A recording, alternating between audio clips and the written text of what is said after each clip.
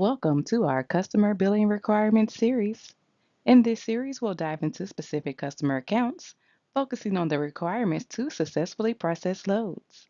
Our expert collector for this account will guide you through instructions, ensuring you understand the key standards needed to maintain compliance.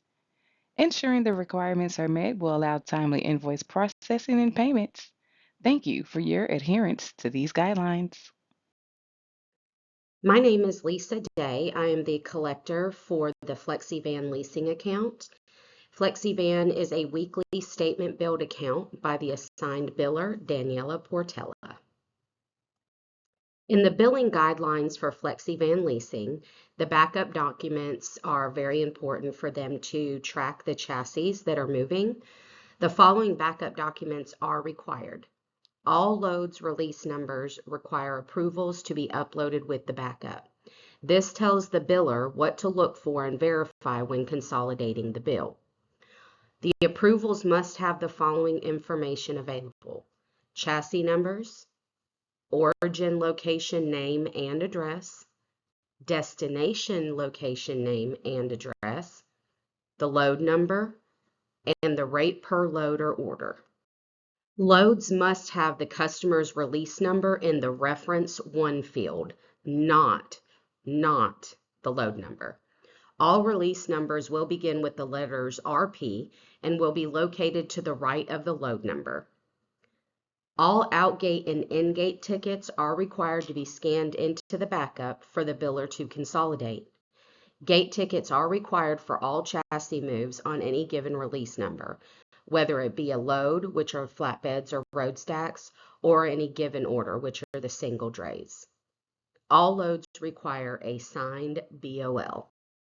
Below is a screenshot of the order that will be sent to the agent terminals. And as you see in the previous slide, I was talking about the release number versus the load number. And that way you can see where it's sitting in it. And also for your origin and destination, the locations, names, addresses that they have to have on their cover sheet, all that is here as well. Something that is very important for the consolidation process is that all approved chassis under an approved release number should be invoiced at or about the same time. That's to avoid delays in the consolidated billing process. What happens is you will bill out one chassis per invoice, and if it takes a few weeks or a month, whatever the case may be, for the rest of the chassis to get billed out, it cannot be consolidated until all of them are included.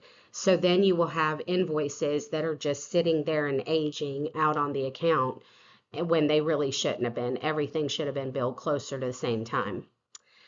It is important too that the agent scans in all outgate and ingate tickets for all approved chassis under that release number. Please be sure that all required backup documents items are scanned in prior to closing out the load in the agent portal. The biller cannot consolidate without these pertinent documents, and the customer cannot process a payment without all chassis accounted for with corresponding backup as listed on the previous slides. The consolidated invoices are emailed to the customer. All consolidated invoices are per load basis. Therefore, we cannot go back and invoice the customer later for chassis that's not included at the time of consolidation. If the agent does not scan in outgate tickets, ingate tickets, and assign BOL prior to closing the load to invoice, the agent will be subject to deduction due to the biller not being able to consolidate. This customer pays out the consolidated invoicing within 30 days of receipt of the consolidated invoice, not the date of the individual bills that the agent closes.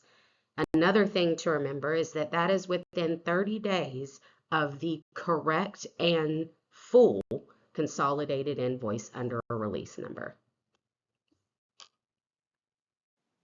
I would like to thank the collector for taking the time to share the customer's billing requirements with us today.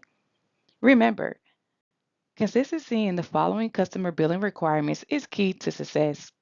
To stay on track with customer requirements, it's helpful to assign specific tasks to specific team members. This ensures everything gets done correctly and on time. Using the same process across your office helps everyone stay consistent and avoid mistakes. Some customers send out weekly scorecards to show how well you're meeting their expectations for real time updates, accuracy, and consistency. If you need help with anything on your scorecard, feel free to reach out to Lisa Snyder. Lisa can help you create a plan to improve your scores and stay in compliance. Thank you for taking the time out of your busy day to watch our webinar. We hope the tips shared today will help streamline your billing practices. Please do not hesitate to reach out to any member of the training team if you have any questions. Their email address is listed below. And again, thank you for watching and have a great day.